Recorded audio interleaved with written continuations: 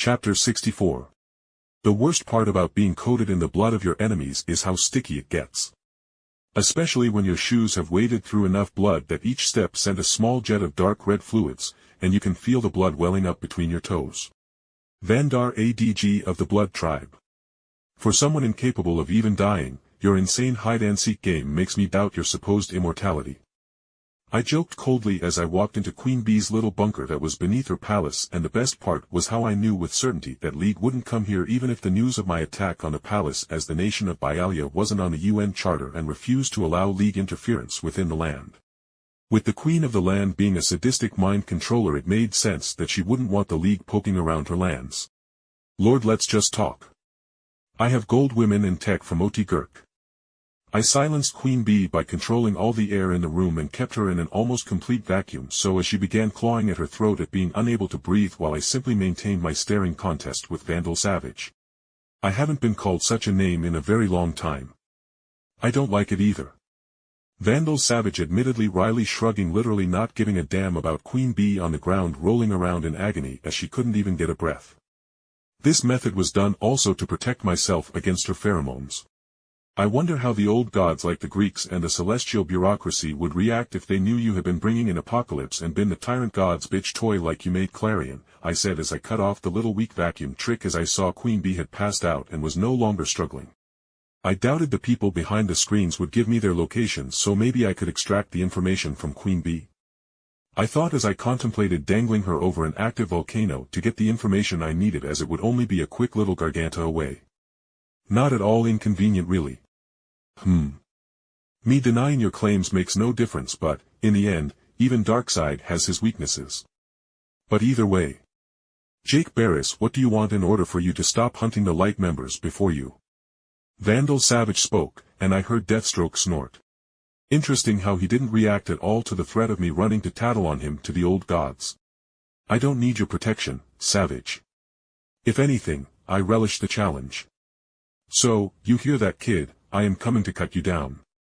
And I will hit you when you least expect it. Deathstroke threatened me before he literally took out a Desert Eagle and shot his computer, cutting off his feed. For a moment there was silence in the room as I looked back to Vandal Savage before I smiled with my white teeth standing out upon the visage of my blood-splattered face. You have nothing I want, Savage. I want you dead most of all, as the rest of these people can be dealt with by the League and their egos won't allow them to work together for long. But you... I spoke as I used my hair extension ability to drag Queen Bee across the floor and next to me. You have too much ambition, drive, and worst of all, patience. I don't have the patience to wait for you to slip up a couple of centuries down the line. I am going to kill every single villain and problem maker until you just fall into my lap, as only then will I stop my crusade. I then bent over and grabbed Queen Bee's silk shift-like cape thing. As I said that, I saw Luther's eyes widen as he came to his own realization of my declaration, and then he coughed. Well, I can see this meeting is over, I will be taking my leave. Then the video call from him cut out as he disconnected. With only Vandal Savage remaining in the call, I realized that just shit-talking with the man would only let him get to me mentally, as he was literally some tens of thousands of years old. Clean your neck for me, Vandar, as unlike Clarion you won't survive my wrath, I said, sending a weak bala into Queen Bee's large computer system, cutting off my side of the call, and for a moment I considered just snapping Queen Bee's neck and leaving her corpse here, but it's worth a try to get some information, I muttered grudgingly as I dragged the still unconscious woman into a garganta and out of the nation of Bialya. Rather than going to an active volcano to interrogate Queen Bee, I instead noticed her rather short-cut dress at both the top and bottom, which exposed much of her curves that well. A desert queen won't be all that great with the cold, so I used my garganta to land on the coast of Antarctica, less than 50 meters from a massive colony of large penguins.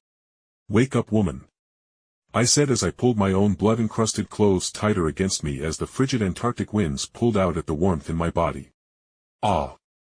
Queen Bee screamed, her body violently coming back online after the equivalent of being thrown into an ice bath after falling asleep, and the once proud desert queen rolled up into a ball as her little silk clothes did absolutely jack all to protect her from the negative-degree winds, but her body instinctively tried to keep her warmth contained.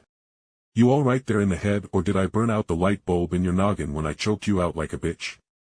I asked curiously as I kicked her from the rolled-over position and onto her back. I took her in and was curious if she was a vegetable. What difference does it make, you monster? She snarled lowly as she attempted to get onto her knees, and I noticed she wasn't even wearing shoes. Well, if you were already brain dead, I was going to sell your body to some cheap little brothel in the worst parts of Jamaica and let the gangs use you for whatever they want. But seeing as you still have some spunk, let's squeeze that out before I bother asking some questions. I said, finally feeling her supposed pheromones trying to control me, but honestly it was like she was a scented candle or something. Smelled good and all, but nothing I would devote myself to. I thought as I dragged the now awake and struggling Queen Bee through the ice and snow towards the coastal waters of Antarctica. You ever go swimming in the ocean before? I asked conversationally, and I felt Queen Bee just go slack in my grasp and become deadweight as she stopped struggling. Well, go ahead, do what you will to me, she said defiantly as she lay spread-eagled on the snow, obviously not going to resist me but was just going to be obstinate till the end. Do you know where Savage is? I asked after a moment of realizing that torturing her deliberately for no real reason when she could very well not have any info I wanted would only weigh on my conscience. Queen Bee froze for a moment, but then she wore a wry smile as she seemingly accepted her fate. No, only Clarion knows where all the new magical hidden bunkers are. And no matter what you do to me, my answer won't change. If anything, my immediate nod in agreement made her dark skin pale as she realized she had no value to me now. Don't worry, I believe you. Just don't be an evil cunt in the next life. I spoke, and thus the life of Queen Bee ended with a quick twist and jerk upwards of her neck that made her body twitch several times as I turned to look at the large colony of what looked like emperor penguins in the distance. I wonder if penguins will eat human flesh. I mused kind of darkly before I shook my head and cringed as the dried and frozen blood on me from fighting through Queen Bee's castle audibly broke apart. Time to get back home and cleaned up and spend time with the girls, I muttered as I stepped into a garganta, leaving Queen Bee's corpse to eventually be discovered and devoured by a hungry old polar bear who was just so happy to find such an easy meal.